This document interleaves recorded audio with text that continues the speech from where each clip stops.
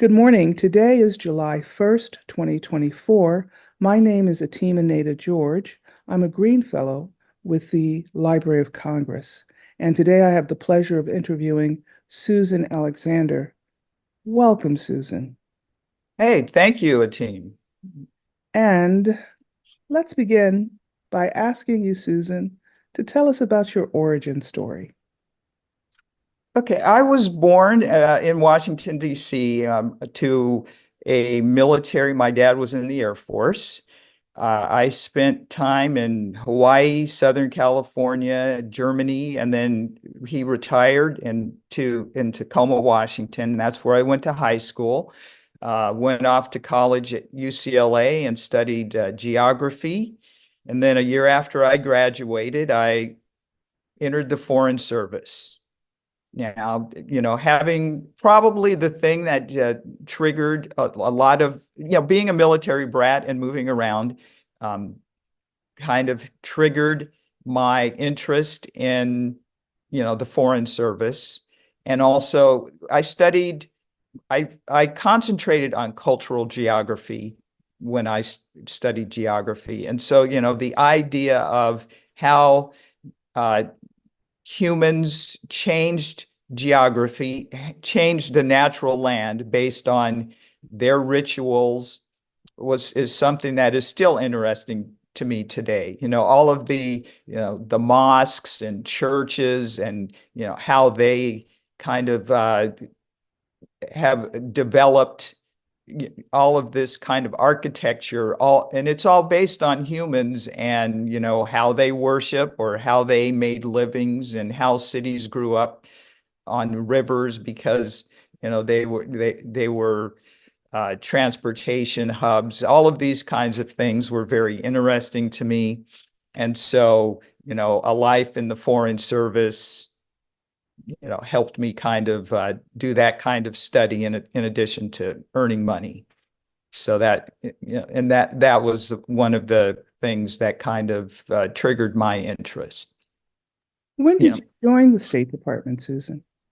1983, October 1983 was my when I joined the orientation course. I had, I don't know, 9 or 10 months of training after joining. And my first assignment where I actually got to do some work was in July, almost 40 years ago now.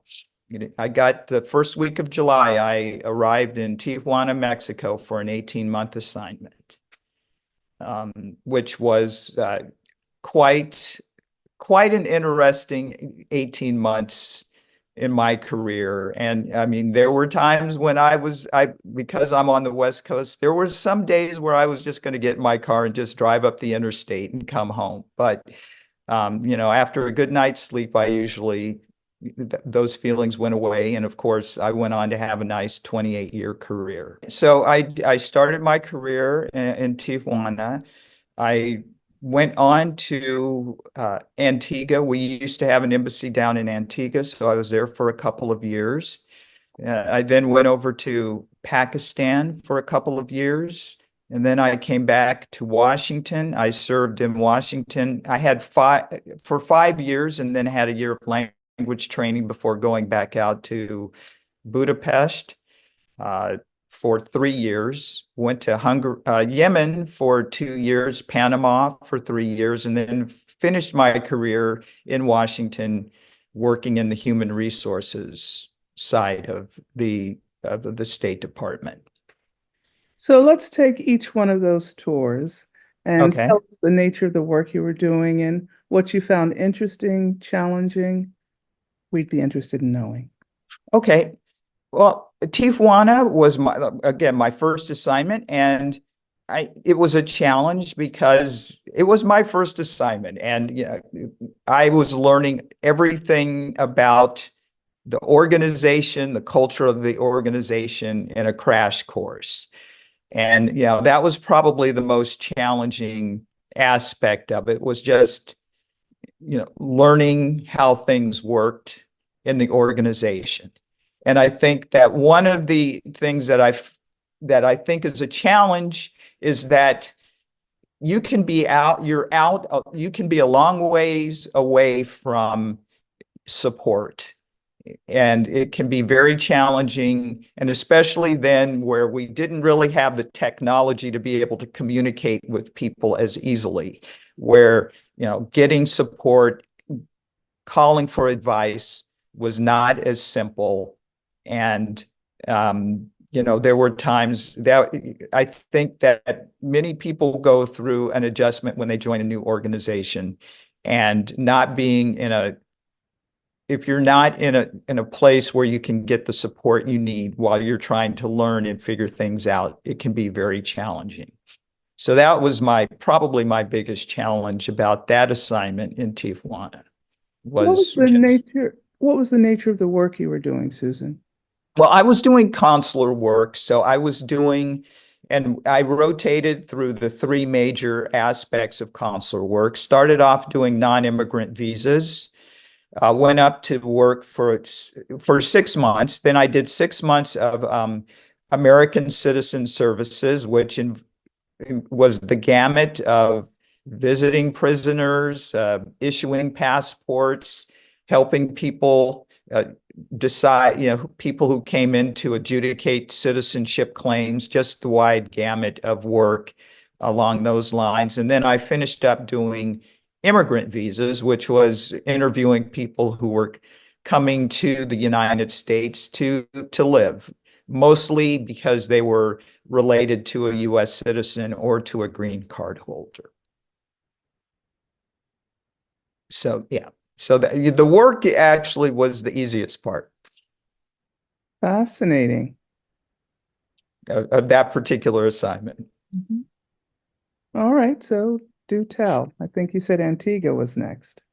Antigua was next. Antigua, we covered the two island state of Antigua and Barbuda, but we covered four other states or entities from there: St. Kitts Nevis, which was independent at the time, and then Anguilla, the British Virgin Islands, and Montserrat, which were and still are British dependencies. So that meant, flying a lot. We island hopping every few months. We did have one prisoner in the British Virgin Islands, so I did go up to see him periodically. But also we had American citizen communities in Montserrat, that we went. I was doing the consular side of work there, so that was non-immigrant visas. We didn't do immigrant visas there, but American Citizen Services was the big part of our work. We did, and it was spread out. So it wasn't really complicated, but it did require travel. And probably the biggest thing I did there, now that Hamilton's a big thing, the Coast Guard does have a ceremony every January honoring his birth on the island of Nevis. So since none of my other colleagues wanted to get on those little planes, I got to go represent the embassy one year at that ceremony. But I think the challenge for me there was it was just a very small island. Um, and there wasn't a lot to do. I talked to a guy a few years later who was a big sailor who had served there, and he loved it because he got out on his boat every weekend. But I wasn't a sailor. I did golf more than I ever have in my life there. But I think one of the things about the Foreign Service is that we can end up serving in some places that are kind of isolated, that don't have the kinds of where we can't pursue the hobbies and activities that we're used to uh, observing in other parts of the world, or where we live or grew up, or in some bigger cities around the world. And so Antigua was a place where, the biggest challenge was just more after work and finding things to do to keep your sanity, and in your private life. You'd mentioned that one prisoner that you had in your consular district. Would you talk just a little bit about the range of services the U.S. government provides to American citizens incarcerated abroad? Well, yes. I mean, from the very first moment that they're arrested, we will provide them with information about, we have a list of attorneys. So we'll give them a list of attorneys that have agreed to uh, represent U.S. citizens, and so that they can find legal representation. We can give them an idea of what they're facing with the legal system, how it differs from what their expectations based on being a U.S. citizen. How the legal process is going to go for them. We can also help them, get in contact with relatives. We can be the liaison between family members or friends in the United States and the prisoner when while they're in prison. If they have health issues, we advocate for them with the prison authorities to make sure that they're getting the treatment and that they need to maintain their health.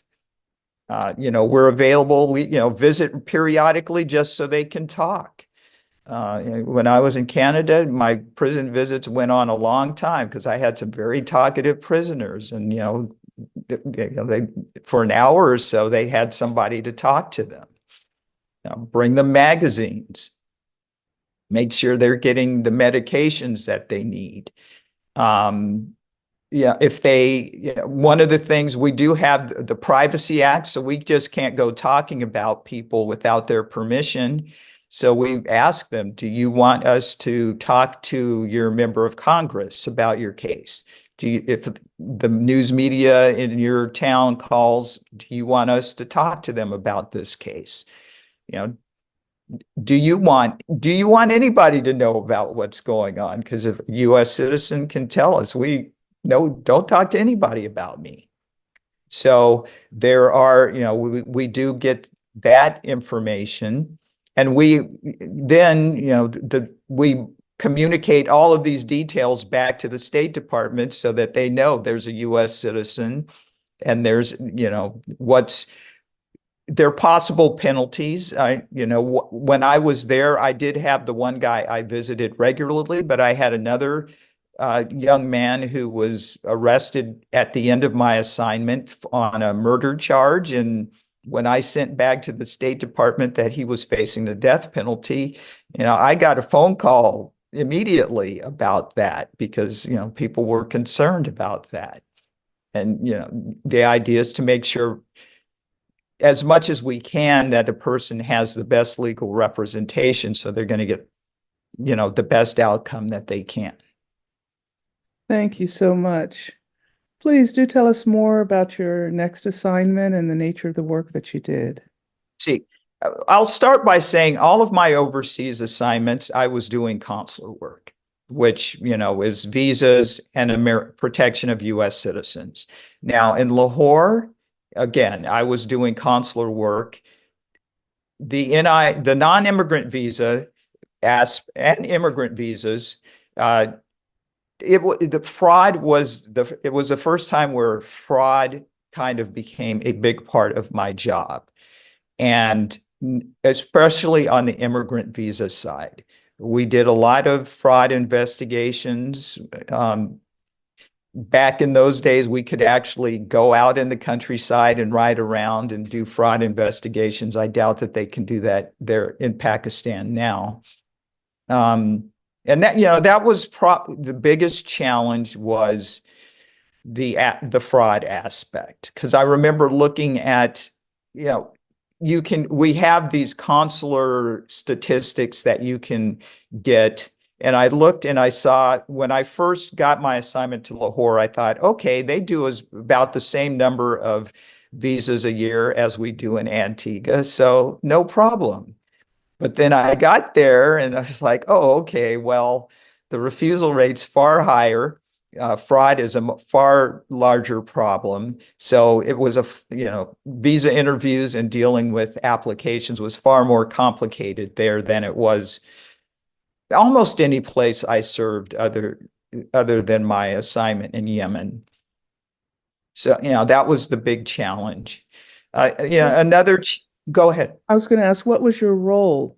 Were you the I chief of was the the consular chief of the section? section there. Mhm. I was in charge managing the section there. And how large was it in terms of the employees, both local and Okay, American staff?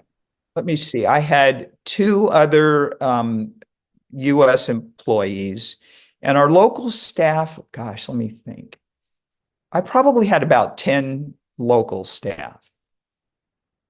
And I think that we were probably understaffed. And I know that after I left, there were major changes in the way they staffed the consular function in Pakistan and the level of staffing. But it was clearly inadequate during my time, which was another aspect. I mean, with immigrant visas, the paperwork that came in, we were working overtime every weekend to try to keep up with it because we were just so busy during the day dealing with applicants that we didn't have time to handle the other paperwork aspects of the job. Amazing. So yeah, that was my first assignment. And also, the State Department and the consular function in particular is doing a far better job. But in those days, training was, I was kind of just dropped in there to sink or swim. And fortunately, I didn't drown. But the kind of again, going back to support that people need out in the field, it really wasn't there. And like I said, they're doing much better these days. They've learned a lot of lessons, but I finally took kind of the management training after I left. And I kept thinking for both myself and my employees, it would have been a lot better if I'd gotten some of this knowledge, 2 years ago. Um, we would have all been better off if I'd known a little bit more about what I was doing. So I would say, a lot of the challenges there revolved around being a new manager, learning a lot of lessons the hard way, and just the resources that weren't which they proved almost immediately after I left that that the resources weren't there because they started building them up. And you may have had some influence on that by raising Well, those key questions. yeah, I hope so. So after Lahore, Pakistan, where were you assigned? Okay, I think I forgot one when I was counting down my assignments, but I went to Halifax, Nova Scotia after that.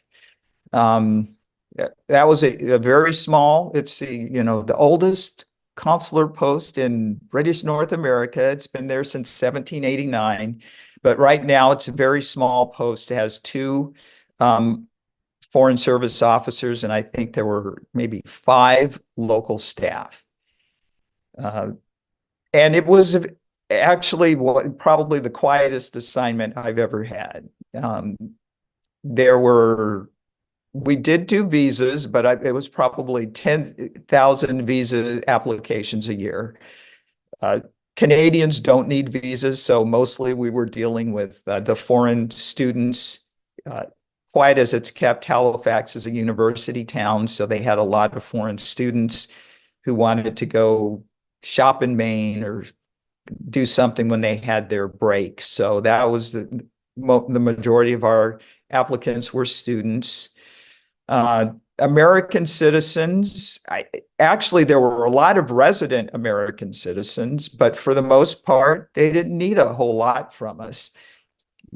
I didn't have any, well, I did have prisoners, but the Canadian uh, penal justice system is the best one that I've ever dealt with. So I did visit people. Like I said, they were very chatty and talkative, but for the most part, they didn't really need advocacy. any needs that they had were going to be taken care of by the system without the embassy or the consulate needing to weigh in on their behalf. So that was, and things like deaths, we would read about it in the newspaper, but for the most part, the authorities could handle it. I guess Canadian death certificates are accepted, so we never really had to do reports of death for people. Mostly what we did, again, a lot of citizenship applications. Every once in a while, we'd have somebody who wanted to come and give up their citizenship. So we took those applications as well. But the biggest part of that job was the fact that there were two of us. We had to do everything that any other post did. So I was the security officer as well. I did, if PD had, if our public diplomacy people had needs, I took care of that for them. The fishery is a big issue in that part of the world. So I did reporting on, what was going on with cod in the North Atlantic and scallops in the North Atlantic and American fishermen who were poaching in Canadian waters, those kinds of, that kind of reporting. So that was, but like I said, it was otherwise a kind of a calm and quiet 3 years up there. And then where did you go on to? I went on to Washington. My first assignment in Washington was Greek affairs.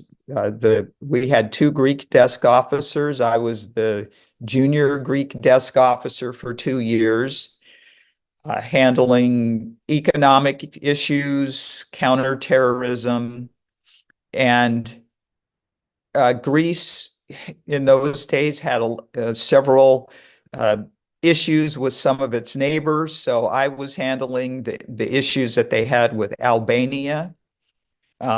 Macedonia was probably more famous, and my boss ended up having to deal with the Macedonia side of things. But, there's a Greek minority in Albania, and so the Greeks, and also Albania, southern Albania at one point was part of Greece. And so, anybody who's dealt with Europe knows that, the borders have changed a lot, and not everybody is able, and they don't always adapt to that. So dealing with what's going on in terms of what used to be their territory can be a big part of the issues that you deal with when you're dealing with a given country. And so that was certainly the case when I was in Greece on the Greek desk. And also this was during the depths of the Yugoslav wars, and Greece was on the side of their Orthodox brothers in Serbia. So there were a lot of issues with whether or not they were helping the Serbians evade sanctions. And that was, after Halifax, that got me back into the maelstrom of activity. That was a very interesting and intense 2 years. And what were your observations about working at headquarters and being immersed in the State Department's professional culture domestically? Okay, yeah, it was my first time, and it also happened to be in the first term of it was the first term of Clinton's administration, the first year. That was a very difficult time for me. After being out in the field where, hey, if you need to get something to the ambassador, yeah, it's no big deal. There are not a whole lot of layers. And all of a sudden there were, I don't know, 6 or 7 different layers if you wanted to get a memo up to the secretary. And I remember one day I had sent a memo up 24 hours earlier, and it was fine. And then the next day I sent a memo and it got kicked back to me because the format was wrong. And I just went to one of the staff assistants that we had in our bureau and said, "What did I do wrong?" And he said, "It's not you. Just come to me before next time you have to send something up, and I'll let you know if it's in the right format or not." And to be fair, I think shortly after that, things settled down. I think things did settle down for everybody. And it took about 6 months for me to kind of work through this new atmosphere and and the fact that, everything you write, there's somebody else in the department that has an interest in it. If you're writing an article, writing a memo about economics, we have a separate group of people who deal with economics, and there's somebody in that group who has an interest in what you're writing. And you can't send your memo anywhere until you let them look at it. And to a certain extent, I think that that's good that you get better. What you're doing is going to be better because you have this input, but it slows things down. And if you're a person who likes to keep moving forward like me, it can be a little frustrating. Sure, I can certainly appreciate that. I'm curious, what was your strategy when bidding on onward assignments? Did you have sort of a view of where you wanted to go and what regions you wanted to serve in? When I first started, there was this idea that, well, I'd really like to go to this country. That would be interesting. But yeah, I mean, as I think we all know, the bid list for assignments is what it is, and those are your choices. So I finally learned that, okay, look at the bid list, put it down for a week, and then go back and look at it and see where you think you can be happy, or what would be interesting. Not necessarily be happy, but I mean, my only strategy was probably what would be the most interesting place to go as a place to be. At this point, okay, now I will say that once I got Budapest, and from Budapest on, I might have had a little more strategy about, hey, what do you need to do if you're going to get promoted? Where do you need to, what kind of things do you need to show, and what post is going to let you do that the most? But the beginning of my career there wasn't any real strategy about. And I think at the end, it might have hurt me at the end because I didn't necessarily have a regional bureau where people were going to automatically see me and think, oh, okay, she should have a leadership position in our embassy because we know her. And I think that's one of the things, if you have a strategy, I think if I were advising anybody now, well, first of all, I always told people, you can do whatever you want. You just have to understand the consequences of the choices you make.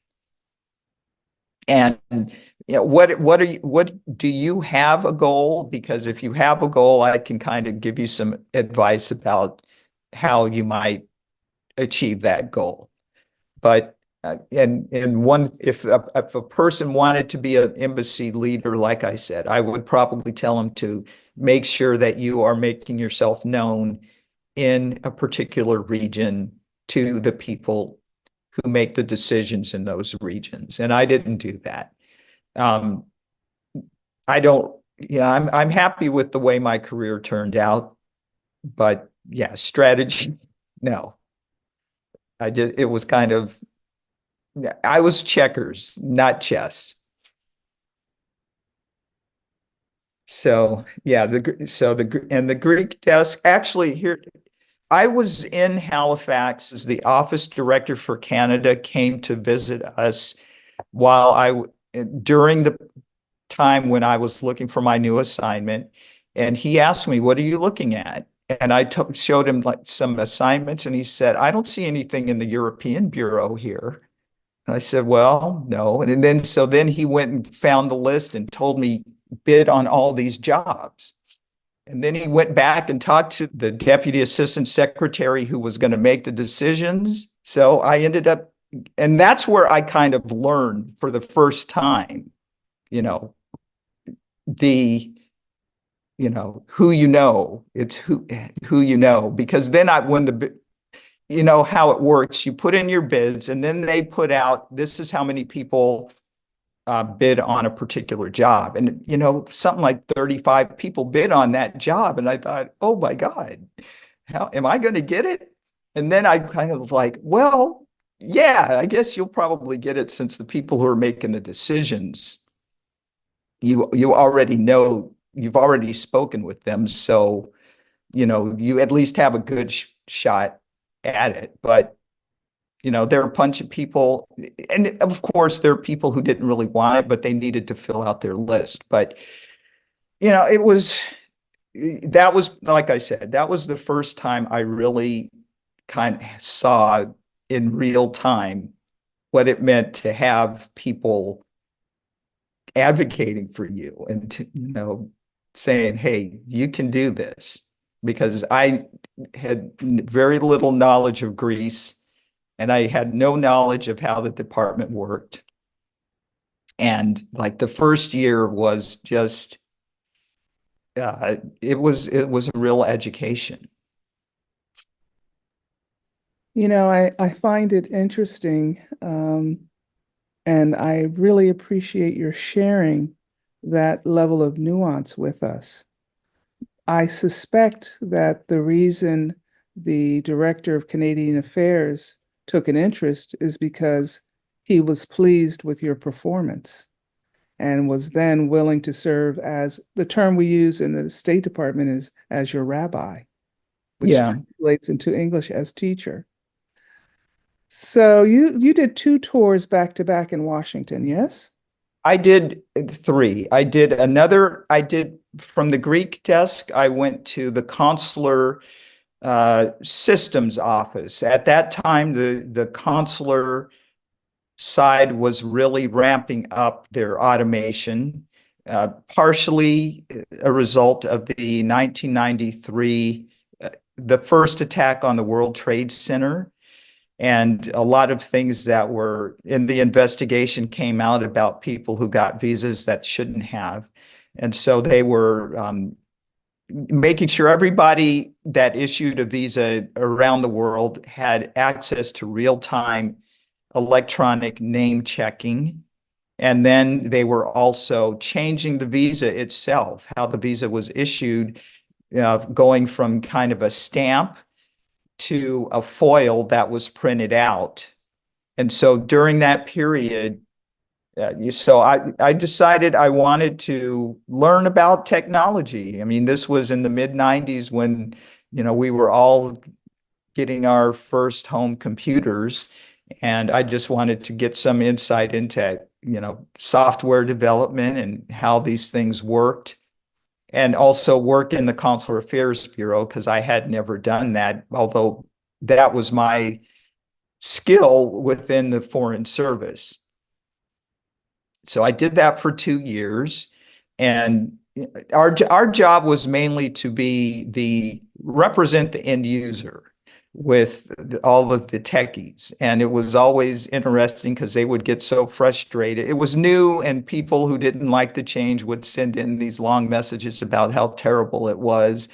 And they would get really frustrated. And like, I mean, I know that we're going to get through this transition and change. There are always people who don't like change, but at the same time, we've got to listen to some of their criticism is valid, and we have to listen to that and make some changes for them because you guys are techies, and this stuff just your brain just kind of defaults to these things, but you're dealing with people who are afraid of it or have never used it. And on the other hand, not everything you develop is perfect. So yeah, we might have to make some changes. So that was kind of our role, was to be, and also much of the work was contracted out. So to kind of oversee the contractors who were going out and installing this and doing the training. And at a certain point, I was taken out of that job and sent over to the big consular executive branch, the part of the consular bureau that does the management of the consular side of things, because let me back up a little bit and say that we went to charging a visa fee for people who applied for visas. And with that money, we were both, doing the automation of the consular function, but also we were able to send out help to posts that were overwhelmed during the summer travel season. So I was brought over to kind of try to organize that for the first time they were doing that, in terms of getting the requests from people who needed help, prioritizing those requests, and then finding our reserve corps of retirees and organizing to send them out. And that, the challenge with that one is, people were always happy to go out, but they didn't necessarily want to go to the places we needed them. It's kind of like China, we need you, India, not Italy in the summertime, not Germany, so that we kind of lining up our needs with the wants of our reserve corps got a little bit tricky sometimes. So that assignment, and then after that, I had a year assignment in the State Department's 24-hour operations center as the senior. There are 6 teams, and I was a senior watch officer overseeing one team, and we had rotating shifts. So my team and I would rotate through shifts on the same schedule.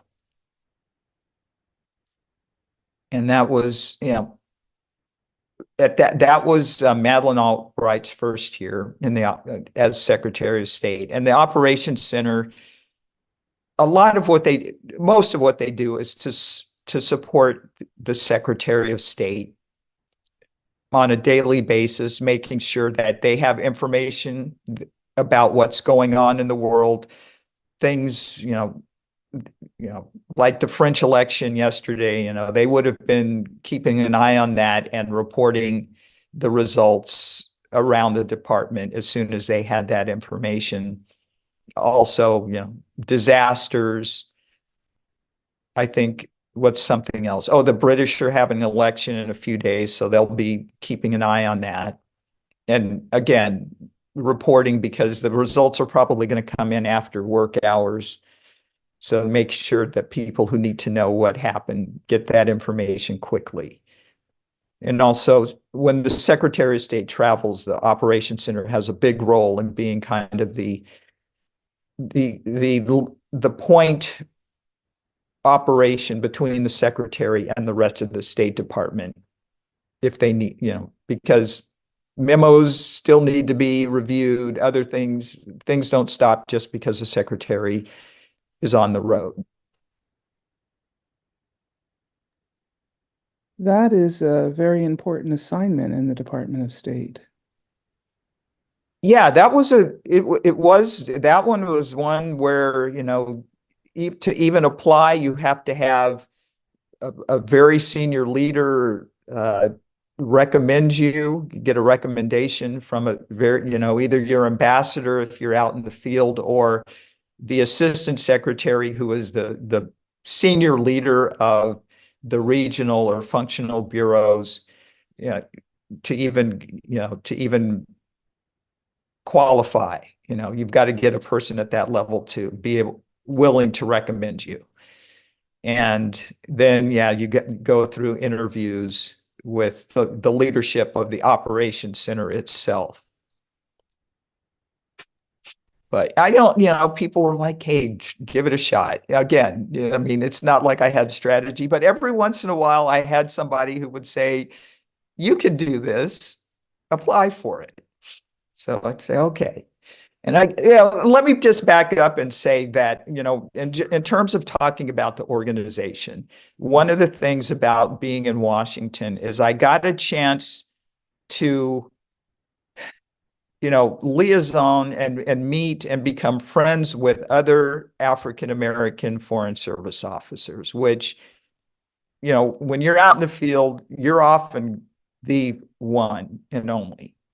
And, the Thursday luncheon group, which is probably, the oldest affinity group that we do have in the State Department, getting involved with that group, I think made a huge difference in how far I went in the Foreign Service, just meeting people who were able to, give me advice, steer me in the right direction, and also just say, here's some jobs you should look at.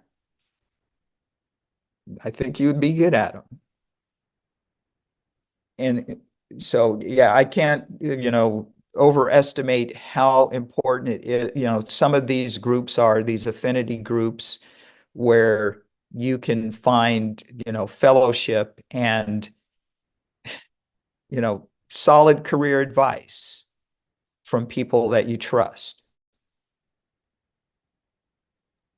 Thank you. So you did 3 tours in Washington, and then what? Then I took a year of Hungarian at the Foreign Service Training Institute, and then went out to Budapest for 3 years. Again, I was the chief of the consular section there. And in addition to the visa, and that, okay, let me back up and say, I got to, well, when I took Hungarian, we went out to Hungary for a 2-week immersion period at the end of March. The NATO action against Yugoslavia to get them out of Kosovo started about the time we landed in Hungary to start our immersion tour. And at that point, our embassy in Belgrade, they evacuated, and the closest safe place was Budapest. They just had a caravan north into Hungary. And so when I got there, all of our embassy people were trying to help folks get an onward plane to get back to the United States and dealing with the evacuees. By the time I arrived to start my assignment in, I guess, August, our embassy was closed. All of the work that they were doing with visas and American Citizen Services had moved up to Budapest. So, I spent probably the first year of my assignment there trying to, get the resources the resource we really needed were people who spoke Serbian for our Serbian visa applicants. Hungarian is an interesting language, but it's a complete outlier in that region. So, I mean, in Yugoslavia, and people in the former Yugoslavia can communicate with each other because their languages are very similar. They're Slavic. The Hungarians and the Serbians could not communicate with each other at all. So trying to get the resources transferred from Belgrade so I could hire a couple of people who did speak Serbian took a few, like I said, it took a while, mainly because it was a policy decision. The administration had to decide, well, we're not going back into Belgrade anytime soon, so we can let these positions go. And so once that happened, was able to hire a couple of people. Life got a lot easier for everybody. We basically had the embassy in exile in Budapest. One of the things I decided to take on during my time there was I was on the housing board. And so we had to go out and find housing for, I don't know, 20 new people who were coming into town, including an ambassador's residence. which, yeah, one of the things that, for a career, is to do what they call these, what do they call them? Like service to the rest of the embassy, serve on the housing board. We have commissaries, and so there are boards that run and manage the commissary. We have a central administrative board because there are other agencies other than the State Department at a given embassy, and they have to contribute money to all of the administrative aspects of the embassy. So there's a board that governs that. And over the years, I've been on all of those boards, and I do think that it did help me career-wise that I was willing to do that service. But it also, in Budapest, the housing board was, in that period of time, that it was a lot of work. I spent a lot of time out inspecting potential apartments and homes for the people that were coming in.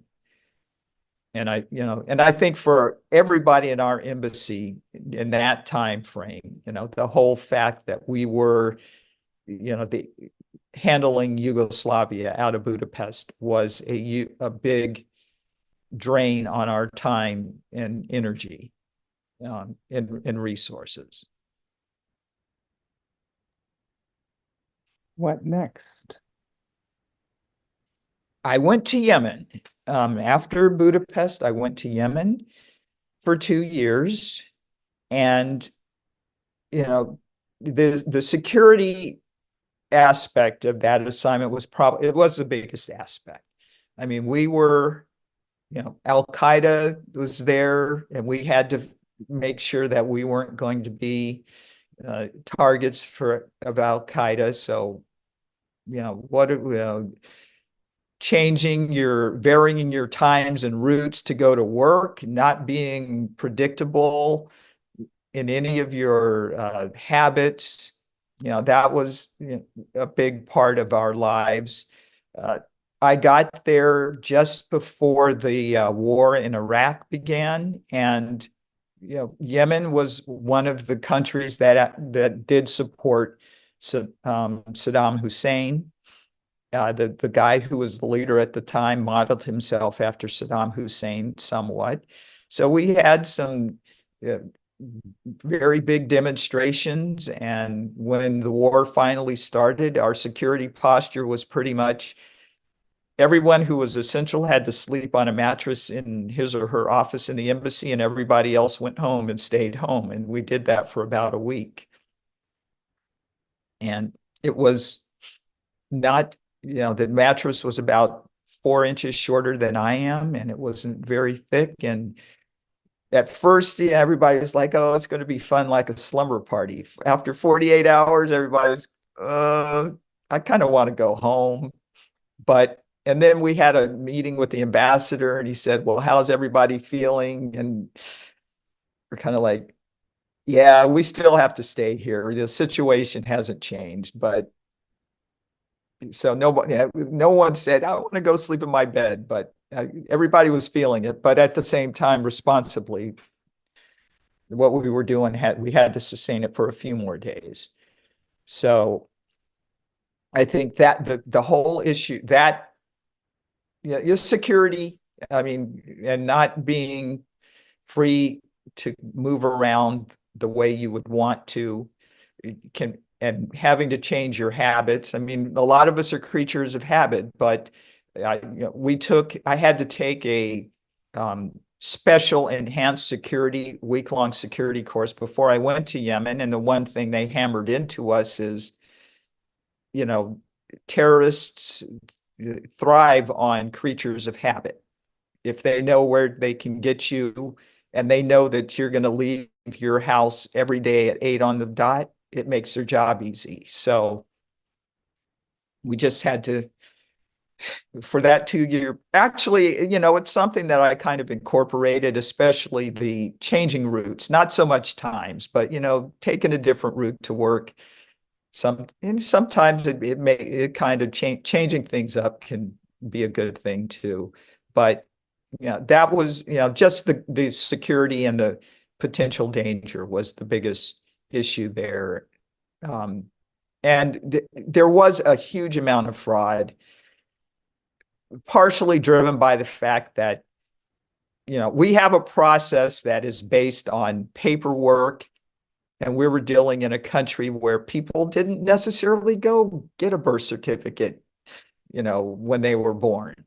So and also they used the Islamic calendar. So there were a lot of people. If you look in our database, you're going to see a lot of Yemenis born on January 1st, not because a lot of Yemenis are born on January 1st, but because they do the best they can to guess which year they were born in, according to our calendar. And then January 1st is their default for the actual day. And so there are a lot of, so that, that just feeds into the ability to carry out fraud. So that's the first place where we did a lot of DNA testing to make sure children who were trying to get immigrant visas really were children of the person who was, filing the petition for them. And after Yemen, you went back to the State Department in Washington, yes? Now, I went to Panama. I Ah, had a 3-year assignment in Panama, which in a lot of ways was pretty calm. There were Panama City is a pretty developed city, so there were shopping malls and multiplex movie theaters and a lot of things that were quite similar to home. There is still when I was there, it was probably about 5 years after the canal returned to the Panamanians. And so they were still very early in that transition. But it was at the point where people realized, well, yeah, the Panamanians can actually run the canal. So a lot of people who had been, they call them the Zonians, the people who were born in the canal zone and had lived in the canal zone, they were starting to come back to Panama because they felt comfortable that things weren't going to fall apart. And it was also at a time where a lot of American retirees who were looking for cheaper places to retire that were also going to be comfortable for them were starting to move into Panama at that time. So it was but overall, I was again in charge of the consular section. But the work there, it wasn't overwhelming in terms of numbers. We didn't have a lot of fraud. There was some fraud, but, we weren't worried about fraud. And it was, let's see, we did have a lot of arrestees, but they were mostly people who were going to be extradited to the US. I mean, Panama is a very big transit point, and there are a lot of things going on with narcotics trafficking. So there were a lot of people that were arrested. Probably one of our bigger things was working with the federal legal folks to get the extradition requests. That my unit was responsible for that. So working on extraditions with the Panamanian authorities that's probably the only place where that was really a significant part of our work. But it was otherwise, a relatively calm place to be, just in terms of living and the work. I think, one of the things I did was I was the chair of the council that handled the administrative aspects of the work. And we did move into a new embassy. This was during a period where we were building a lot of new embassies to conform to the security standards that had come up after our embassy in Beirut was bombed several times. So we moved, planning and actually moving and getting settled into the new embassy was probably one of the bigger aspects of that particular assignment. and then on to Washington. Yeah, came back to Washington to work. Like I said, I worked in human resources. I started off working as a career development officer for senior level officers. And I mean, to give a short description, that's essentially the human resources person who worked with people who were looking for new assignments to try to, and it was a balancing act to work to find something that was going to work for them within the various regulations that human resources had for this particular process. I know one person asked me, "Who are you working for?" And I said, "Well, I do work for human resources, but I do think that, we can talk and we can find a way to get you something that's going to work for you within these regulations." Okay. And I mean, they accepted that. But and I did that for 1 year. And then my final assignment was working in the Office of Performance Evaluation, which handles more things than people think. I mean, yes, the promotion process is the, main thing that is handled by that office. And that is everything from, you know, it's recruiting people to actually serve on the boards that make these decisions, getting everybody's evaluations in on time and getting them into the file so they're ready to be read, um, providing guidance to people about inadmissible remarks, a lot of different things along those lines, and then actually running the boards. The selection boards, there are like 5 or 6 people, including public members. So that's the other thing, recruiting public members to actually sit on the boards. And they read every file and they make decisions about who is worthy of promotion. They also are responsible for identifying people who are not keeping up and need that counseling about why, when you look at the whole group of officers at a certain rank, this is why you aren't keeping up with them. And sometimes there are people who are referred because maybe we need to fire them. And that's another set of boards that office runs. They also handle the overall department awards program. So I don't know, when I left, there were probably about 15 different awards for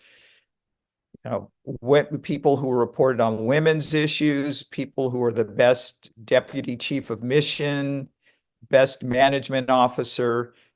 And, that process includes setting up the people who, soliciting input on recommendations, putting together the boards who are going to read all of the submissions and make the decision. There's a big ceremony in one of the ceremonial rooms in the State Department, and you pretty much have to reserve that room. Pretty much the day after the annual ceremony, we have to send the memo to get that room reserved again. Send a memo to the secretary to at least get it on the secretary's calendar. So many of the awards come with a monetary award as well. So working with the people who handle the money to make sure that happens. There are a lot of details. And, we had a long spreadsheet that had January, we need to do this, February, we need to do this for that. And that's going on alongside the whole entire promotion process. So that was, and one of the things, there were 2 people who had worked in that office for many years who both left. That was a very challenging time, and find replacements for them. And I think by the time I left, 2 years later, we did have a replacement, and I think things were back on a fairly decent trajectory. But it was, job was quite challenging.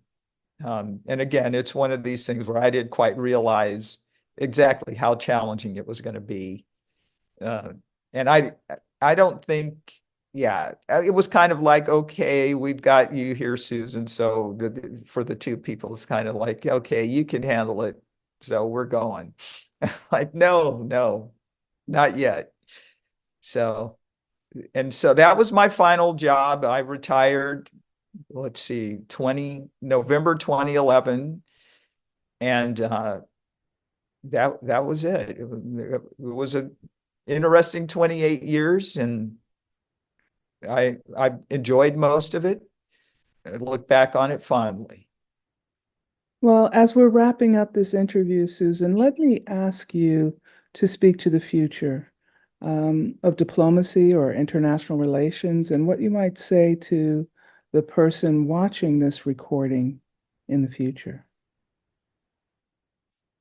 Well, when I look at the future, it's it's an interesting thing that I think we both know that for the past 40 years, the State Department has been talking about diversity and having a diverse diplomatic corps is central to transmitting our values to the world. And that, in a lot of ways, our diplomatic corps, and I think we know that out in the field, we represent the United States, and the people that work in our embassy are, in a lot of ways, do project the United States and what we think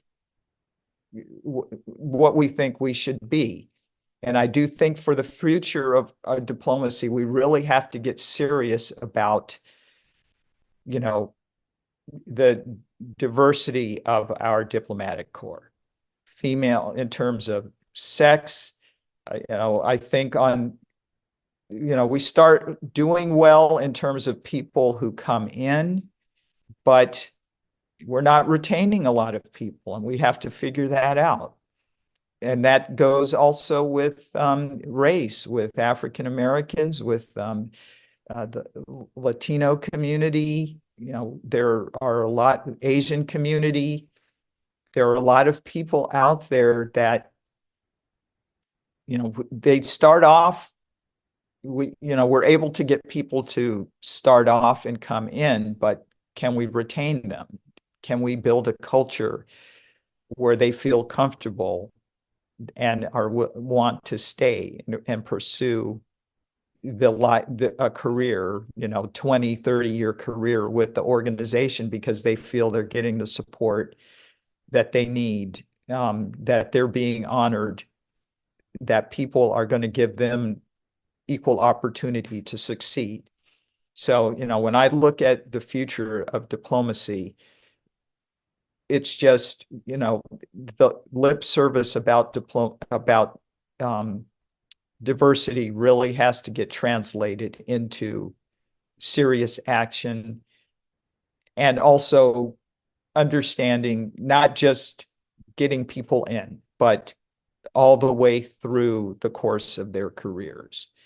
Um, and it's not hard to go, and there's data out there about how to retain people. It's not really hard.